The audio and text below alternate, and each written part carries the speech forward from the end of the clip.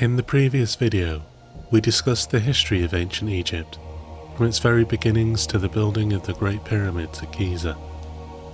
In these first 800 years, Egypt develops a confident and cohesive nation-state, united in dependence and worship of a central god-king, the Pharaoh. In his person, the Pharaoh acted as representative and guarantor of celestial power on earth. He provided earth, water and sky, the sunrise and sunset, life, safety, the harvest. In exchange, his subjects owed him obedience, worship and this, not just a tomb, nor just a symbol of his status and power on earth, but a kind of resurrection machine, guaranteeing his ascendancy to the heavens after death. Yet towards the end of that first period, this social contract failed. A succession of weak and short-lived kings bore witness to power and authority ebbing away from the centre to a series of strongmen, governors and bureaucrats in the provinces. Regions declare independence. Foreign powers invade. In this video, we cover famine and disease, civil war and slavery, upstart dynasties and palace coups. In these next 6 centuries, Egypt falls and rises once again. There is a golden age in the arts, slaughter of rivals and ruthless state terror. And innovation too. What happens here will revolutionise much of the rest of the world for millennia to come. It involves cute little hippos. Following the death of the Pharaoh Pepi II, you may remember him from last week's video. He was the one who loved the dancing pygmies from Sudan. There was a series of forgettable, short-lived monarchs, even one who may have been female, a lady king. There was no word in ancient Egyptian for queen. Power fragments, local potentates once again declare independence. From amongst these regional strongmen, a pharaoh of sorts is elected, Keti, based here in Herakleopolis, although given his relative power and authority across Egypt as a whole, Pharaoh is perhaps the wrong term. He was later used as an inspiration for a tale about an evil king who goes insane and gets killed by a crocodile. Things get worse. A series of poor harvests plunge Egypt into prolonged crisis and famine. It has a momentum of its own, compounding the effects of weak leadership at the centre. Regional bosses now claim more authority by blaming the king for all the country's ills. What use is he if the rains no longer fall, nor the crops grow? Tensions mount, and within a few decades Egypt plunges into civil war. It is a time of hardship and suffering, disease and starvation.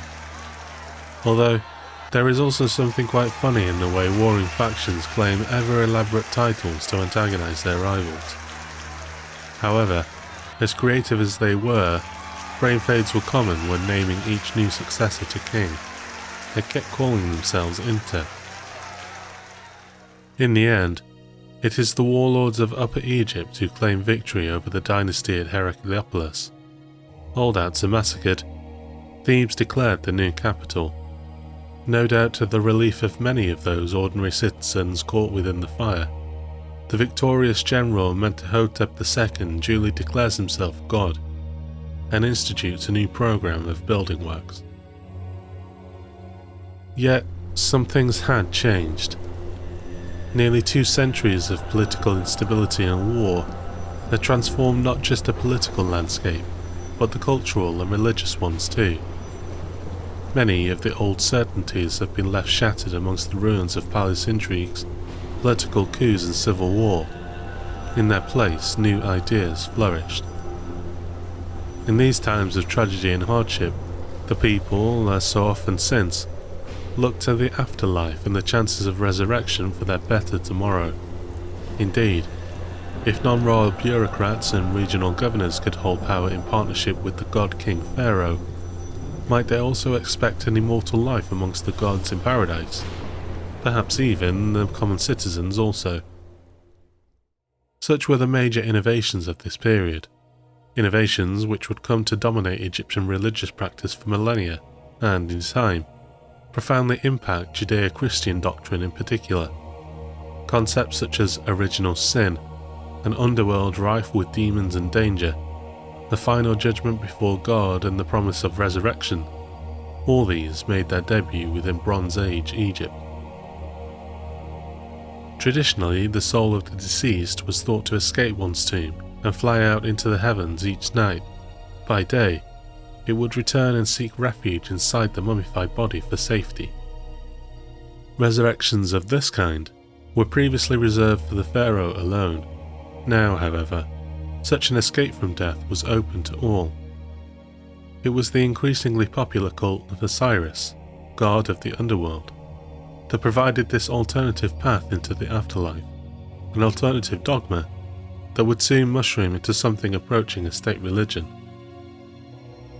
Within this substitute vision, the soul travelled along the path to salvation through a gruesome hellscape, resembling something close to a medieval Christian's understanding of hell. Here, traversing waterways and scaling mountains, the soul passed men and women walking upside down on their own heads, did battle with evil demons, and avoided punishments of drinking urine and eating feces. Egyptians would write powerful spells on their sarcophagi to protect their souls during this arduous journey, and draw detailed maps of the underworld to help guide the way. The maps would be drawn on the inside of the sarcophagi, for the mummy's convenience, of course. Then a final judgment, a literal weighing of the heart against a feather of truth. If successful, paradise awaited. Of course, for an Egyptian, this meant an endless lush grassland, well irrigated and producing excess crops. Buried alongside your mummy, you will place small human figurines, servants to toil the large crop fields in the afterlife.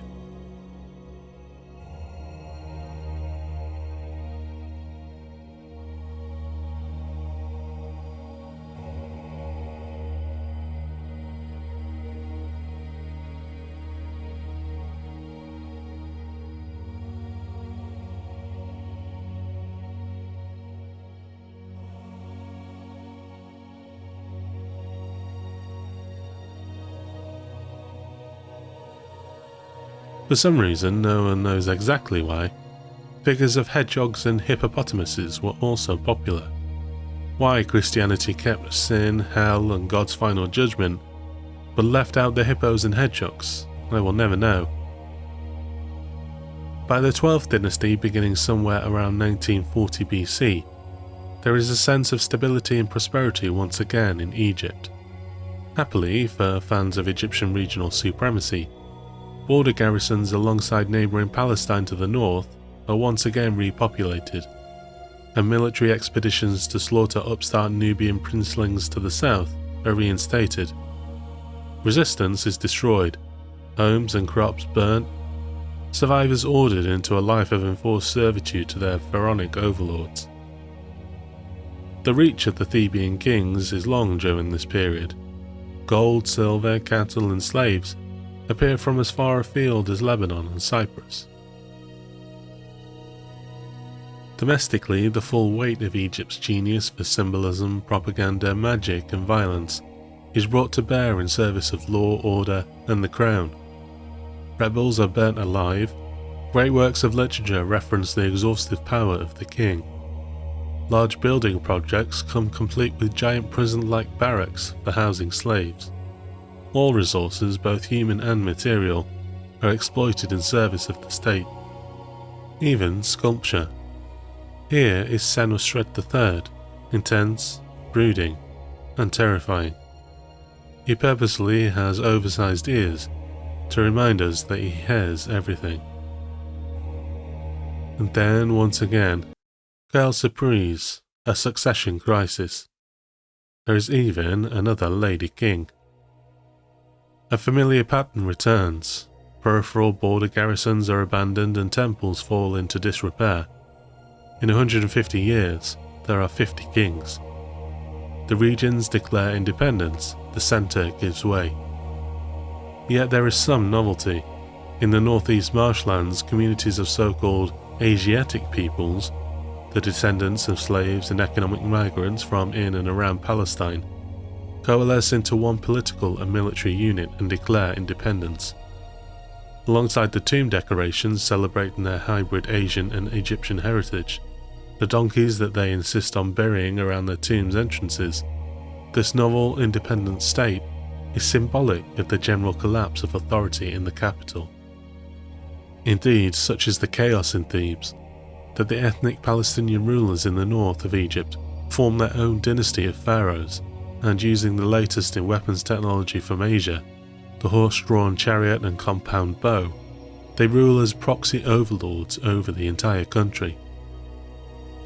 For the loyalist alliance in Thebes, this spells catastrophe.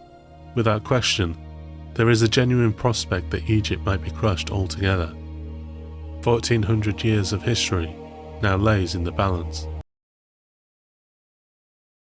Thanks for listening. If you like this, subscribe and hit the notification bell.